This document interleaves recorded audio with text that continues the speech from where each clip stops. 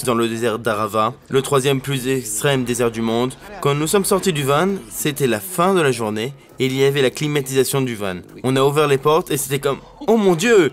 Ça nous a frappé, on était juste touchés. Et j'ai dit « Oh, je suis sûr que cet endroit fonctionne au solaire. » Et bien sûr, ce n'était pas le cas. Et quand j'ai compris que personne n'allait le faire, j'ai dit « Je vais le faire. » Je pensais que ça allait être facile.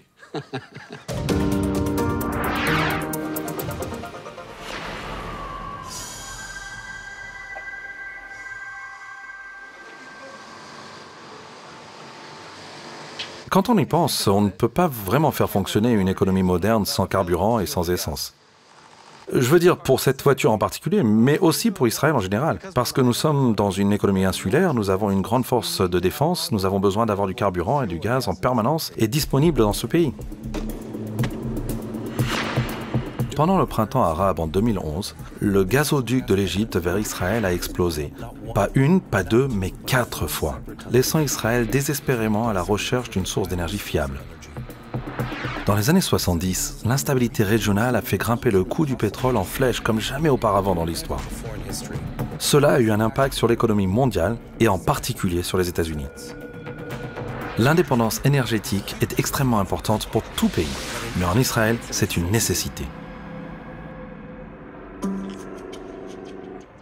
Nous sommes ici parce que Delek et d'autres compagnies ont découvert une énorme quantité de gaz naturel. Juste par là, si le gaz est là depuis si longtemps et que personne ne savait qu'il était là, il y a clairement une sorte de magie ou de génie qui est entré dans le processus. Je ne sais pas si c'est du génie, mais c'est un mélange de science, de courage et de foi. Au début de ce millénaire, Noble a fait 2 découvertes de taille modeste. La première découverte, d'environ 1 milliard de mètres cubes, était suffisante pour répondre à la demande d'une année de gaz pour Israël. Peu de temps après, le site Maribé a été découvert, et c'est un site beaucoup plus important. C'est ainsi qu'est né le gaz naturel en Israël. Mais en 2009, nous avons fait une découverte beaucoup plus importante, ce qui représente à peu près 4 milliards de mètres cubes. Donc ça, c'est pour la les prochaine décennies à décennie. venir. Donc beaucoup de gaz. Beaucoup de gaz. Et puis, 1 an après, nous avons découvert Léviathan, et c'est 2 fois plus grand. Donc, 6-7 décennies selon les taux de consommation actuels. C'est un projet de 3 milliards de dollars. Mais quand vous parlez des projections futures de ce que cela va faire à notre économie, c'est énorme. Même il y a 5 ans, personne de sensé n'aurait pensé qu'Israël allait exporter du gaz naturel vers ses voisins. Nous exportons maintenant activement vers l'Égypte et la Jordanie à partir de Léviathan. C'est vraiment significatif. Non seulement d'un point de vue énergétique, mais aussi géopolitique. C'est énorme. La découverte du gaz naturel a changé la donne pour Israël, faisant de nous non seulement un pays indépendant sur le plan énergétique, mais aussi une puissance mondiale dans le secteur de l'énergie. Pourtant, le gaz naturel seul ne suffit pas. Le monde actuel dépend beaucoup du pétrole, qui n'a pas encore été découvert en Israël. Mais avec un peu de foi, tout est possible. Lorsque nous parlons de l'avenir du réseau énergétique d'Israël, cette histoire ne peut être racontée sans parler avec Yosef Abramovitch. C'est le père fondateur de l'énergie solaire dans ce pays. Mais nous avions quitté Boston pour un petit kibbutz dans le désert d'Arava, le troisième plus extrême désert du monde. Quand nous sommes sortis du van, c'était la fin de la journée et il y avait la climatisation du van. On a ouvert les portes et c'était comme « Oh mon Dieu !» Ça nous a frappé, on était juste touchés. Et j'ai dit « Oh, je suis sûr que cet endroit fonctionne au solaire. » Et bien sûr, ce n'était pas le cas. Et quand j'ai compris que personne n'allait le faire, j'ai dit « Je vais le faire. » Je pensais que ça allait être facile. Il est clair que ça ne l'était pas. Oui.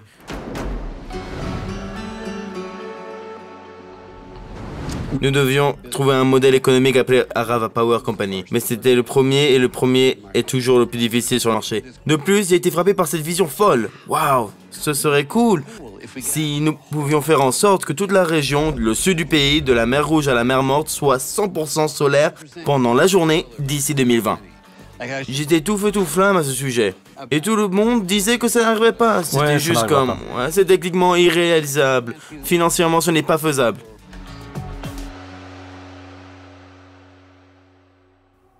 Donc vous avez construit ce premier champ et vous êtes en quelque sorte victorieux. Quelle a été la bataille pour obtenir cette approbation? Quelle a été la bataille pour passer à travers la paperasserie sur ce projet?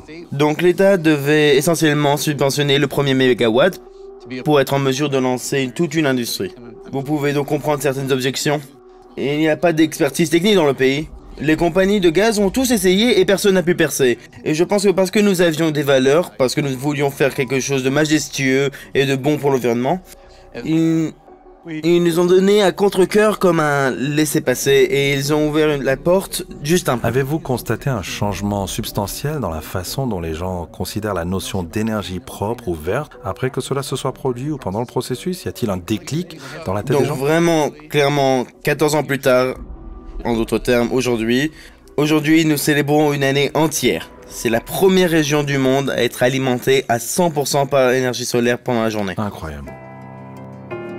Youssef et son équipe ont dû tout faire, de la recherche de capitaux au lobbying pour faire changer les lois israéliennes sur l'énergie. Dans le processus, les esprits et les cœurs des dirigeants israéliens ont été ouverts et ils ont accueilli l'énergie solaire dans ce pays. Mais Youssef ne s'est pas arrêté là.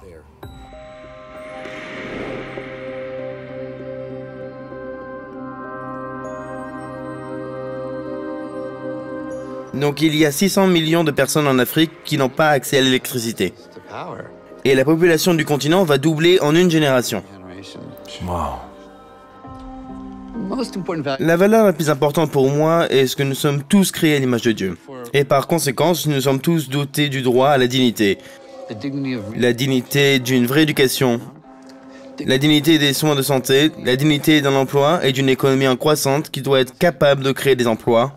Rien de tout cela n'est possible sans électricité. Dans la Bible, dans le jardin d'Éden, Dieu a créé le magnifique univers et le donne à l'humanité pour qu'elle le travaille et le garde. Qu'est-ce qui est plus fort qu'un partenariat avec un village pour enfants orphelins et que ce revenu couvre tous les frais de santé de 500 orphelins? Donc tout est lié.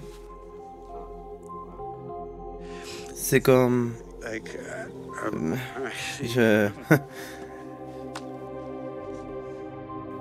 Je ne sais plus quoi dire. Youssef est quelqu'un qui pratique ce qu'il prêche.